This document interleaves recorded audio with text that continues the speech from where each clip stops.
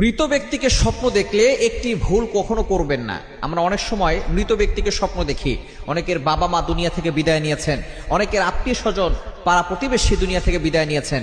আমরা তাদেরকে স্বপ্ন দেখলে অনেকে একটা ভুল কাজ করে থাকি। যারা দুনিয়া থেকে বিদায় নেয় তারা চাতক পাখির মতো তাকিয়ে থাকে কখন আমাদের জন্য একটু দোয়া করা হবে।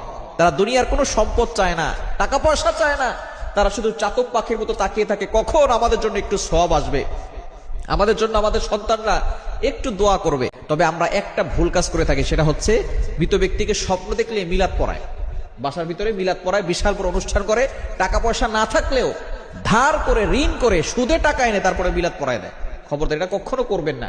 যদি আপনি দেখেন যে আপনি যাকে স্বপ্ন দেখেছেন সেই ব্যক্তি অনেক কষ্টে আছে, তার জন্য যতটুকু পারেন আপনি দান করবেন, অথবা কোরআন তেলাওয়াত করে দোয়া করবেন, অথবা আপনি নফল নামাজ করে তার জন্য দোয়া করে দিবেন, সদকা জারিয়া হিসেবে কিছু দান করবেন। তবে আপনি মিলাদ দিচ্ছেন, অনুষ্ঠান করতেছেন, আয়োজন